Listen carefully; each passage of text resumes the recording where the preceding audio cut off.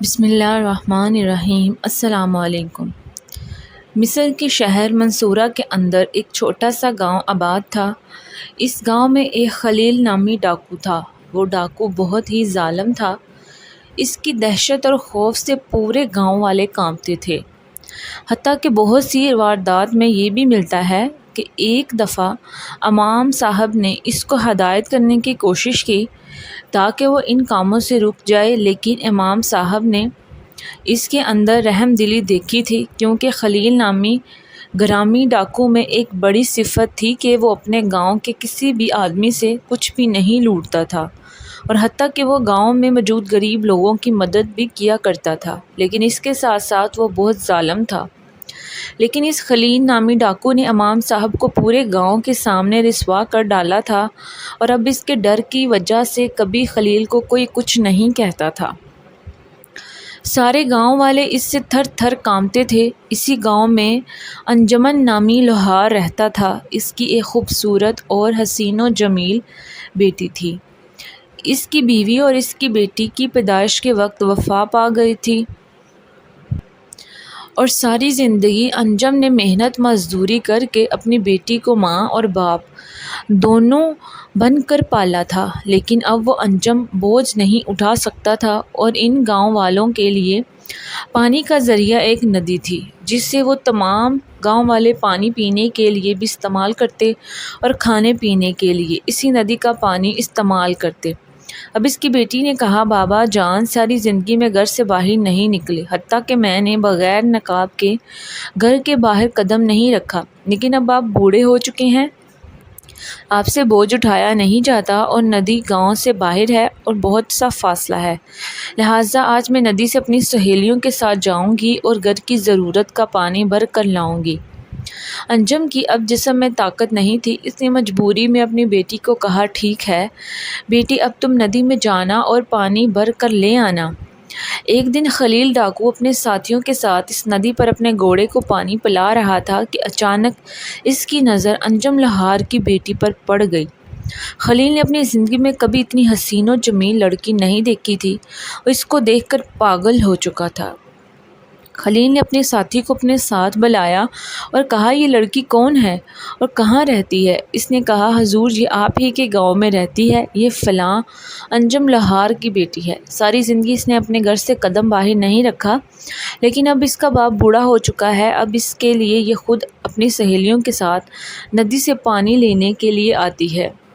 یہ سن کر خلیل نے اپنے ساتھی کو کہا، جا کر اس لڑکی کو میرے پاس بلا کر لاؤ۔ خلیل ڈاکو کا ایک ساتھی اس لڑکی کے پاس گیا اور کہا، تمہیں ہمارا سردار بلا رہا ہے۔ یہ سن کر انجم لوہار کی بیٹی نے کہا، میں تمہارے سردار کے پاس کیوں آؤں؟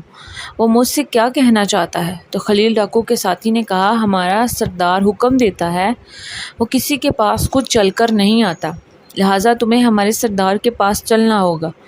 جب یہ بات اس آدمی نے کہی تو اتنے میں لوہار کی بیٹی کی سہیلیوں نے کہا، یہ ہمارے گاؤں کا بہت بڑا ڈاکو ہے، سارے گاؤں والے اس کے خوف سے کانپتے ہیں، اگر یہ تمہیں بلا رہا ہے تو تم اس کے پاس چلی جاؤ، ورنہ یہ غصے میں آ کر تمہیں نقصان پہنچا سکتا ہے۔ لوہار کی بیٹی خلیل ڈاکو کے ساتھ آئی اور کہا، تم مجھ سے کیا چاہتے ہو؟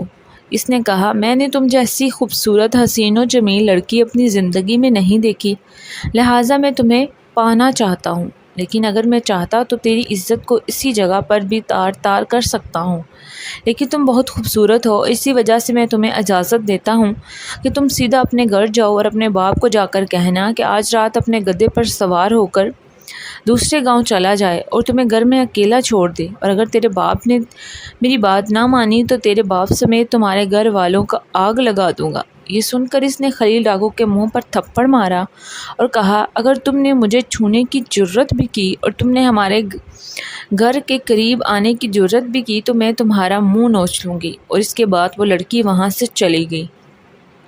جب لوہار کی بیٹی نے تھپڑ مارا تو اس کی سہیلیوں نے سمجھا کہ اب خلیل اس کو یہاں ننگا کر دے گا، لیکن اس نے ایسا کچھ نہیں کیا اور غصے سے صرف اپنے دانت پیستا رہا۔ اس کے ساتھیوں نے کہا، حضور اگر آپ اجازت دیں تو اب اس لڑکی کو یہاں سنسار کر دیں۔ تو خلیل نے کہا ایسا بالکل نہیں کرنا۔ اس کے بعد خلیل نے اپنا ایک سپاہی کو پیغام بھجوایا کہ جا کر انجم لہار کو کہو کہ آج کی رات تم اپنے گدھے پر سوار ہو کر دوسرے گاؤں چلے جانا اور اپنی بیٹی کو اکیلا گاؤں چھوڑ دینا، اور اگر تم نے ایسا نہ کیا تو خلیل ڈاکو کو آج رات تمہارے گھر کو آگ لگا دے گا اور تم دونوں کو جلا دے گا۔ خلیل ڈاکو کا پیغام لے کر جب اس کا ساتھی انجم لہار کے پاس پہنچا تو انجم لہار خوف سے کانپنے لگا۔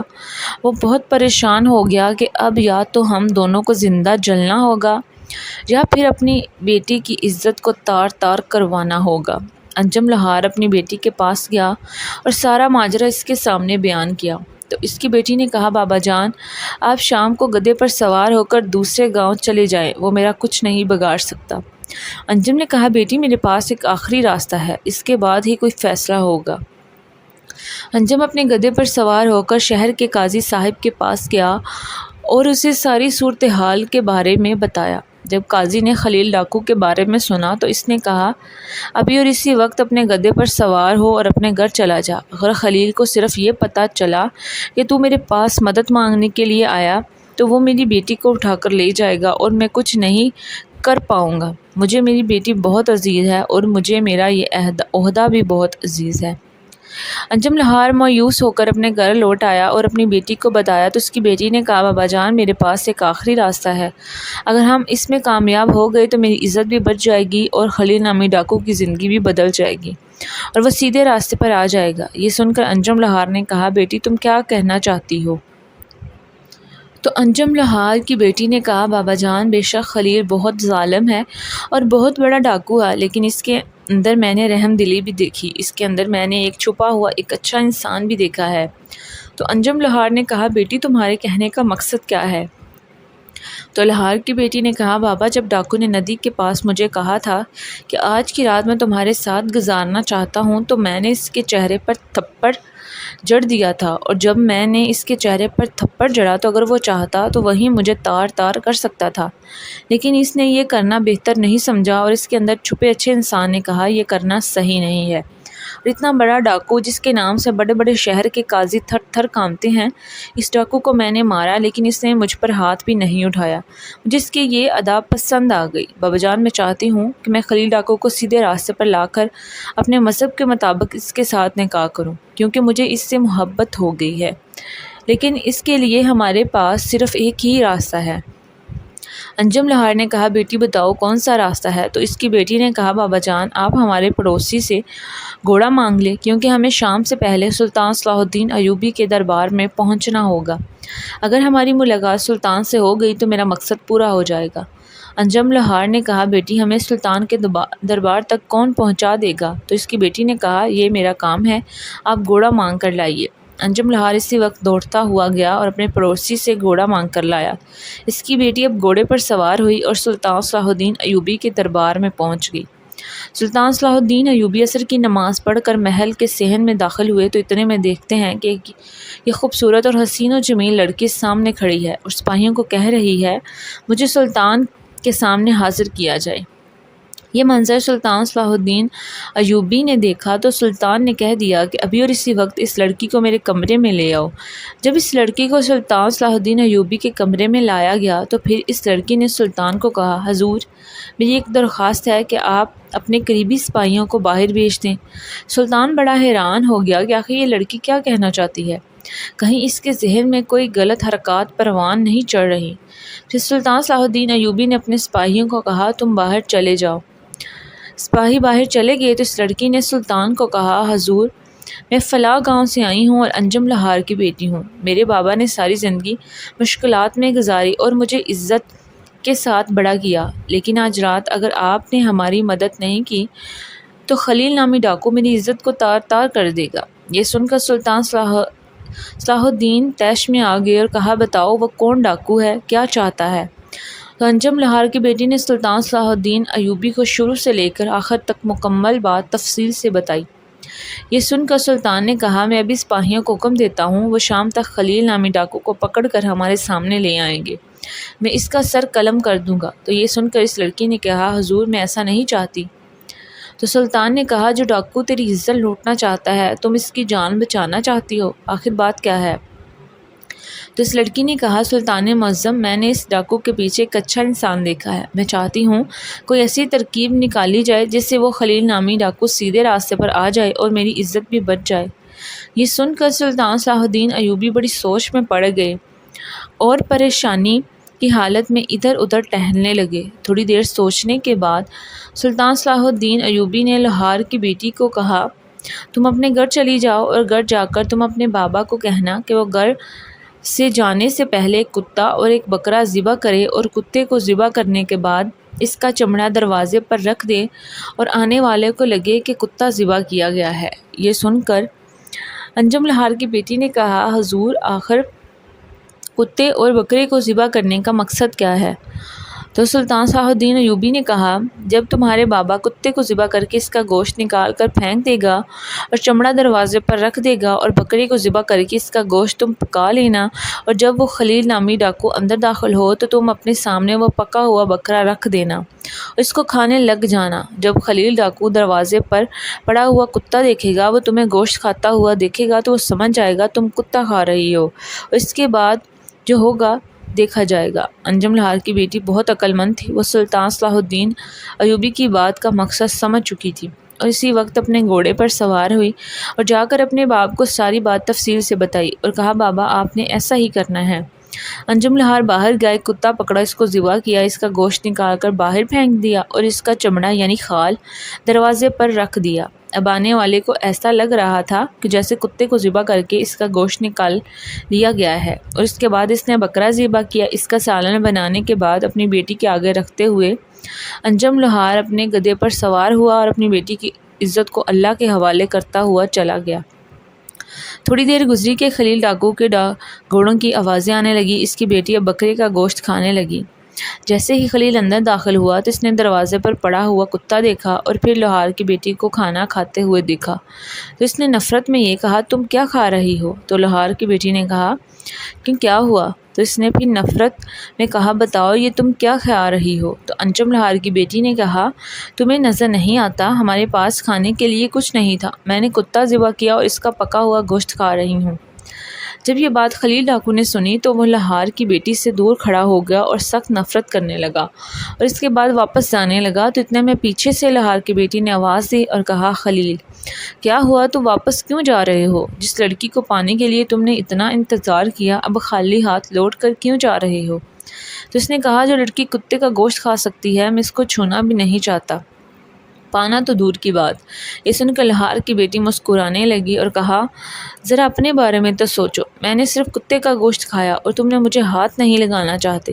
تم خود سوچو جب تم مرو گے تو کیا تمہارا اور ہمارا نبی تمہیں اپنے سینے سے لگائے گا جس نے اپنی زندگی میں کتنے لوگوں کو لوٹا، کتنوں کو قتل کیا، کتنوں کا خون بہایا؟ کیا تم جیسے انسان کو اللہ اپنے سامنے آنے دے گا؟ تمہارا اپنے بارے میں کیا خیال ہے؟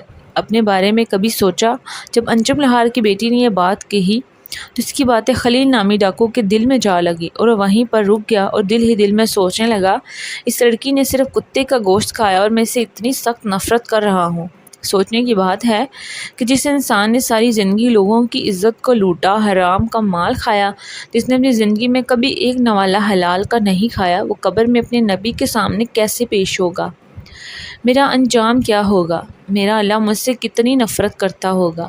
یہی سوچ سوچ کر وہ اسی وقت زمین پر گرا اور اللہ سے معافی مانگنے لگا اور کہا اے میرے مالک مجھ سے بہت بڑا گناہ ہو گیا ہے، آج تک میں نے بڑے بڑے گناہ کرتا رہا لیکن مجھے پتہ ہی نہ چلا آخر میں کس منزل کی طرف جا رہا ہوں۔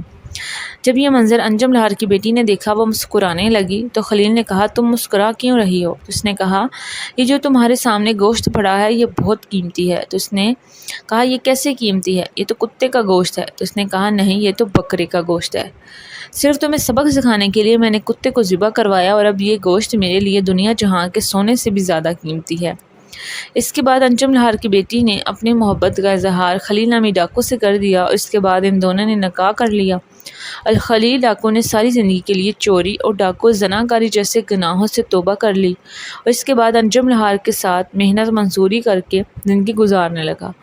وہی خلیل ڈاکو جس کے نام سے شہر کے بڑے بڑے سردار اور قاضی تھر تھر کانپتے تھے، گاؤں کی لڑکیاں نام سنتے ہی اپنے خیموں میں چھپ جایا کرتی تھی، جس کا نام سن کر بچے رونا بند کر دیتے تھے، وہی ڈاکو سلطان صلاح الدین ایوبی کی عقل مندی اور انجم کی پاکیزہ لڑکی کی بہادری کی وجہ سے وہ اتنا بڑا نیک اور رحم دل انسان بن گیا اور اتنا عاجز بن گیا کہ خود اتنا دولت مند ہونے کے بعد بھی اپنے باپ یعنی اپنی بیوی کے باپ کے ساتھ لوہار کا کام کرتا تھا، اور پھر اسی گاؤں میں اس کو ایک اچھا انسان کی حیثیت سے سب جاننے لگے۔ سچ کہتے ہیں جب اللہ تعالیٰ ہدایت دینے پر آتا ہے تو کوئی نہ کوئی وسیلہ ضرور بنا دیتا ہے۔ اگر آپ کو یہ کہانی پسند آئی ہے تو میرے چینل کو سبسکرائب کریں اور ویڈیو کو لائک شیئر ضرور کریں۔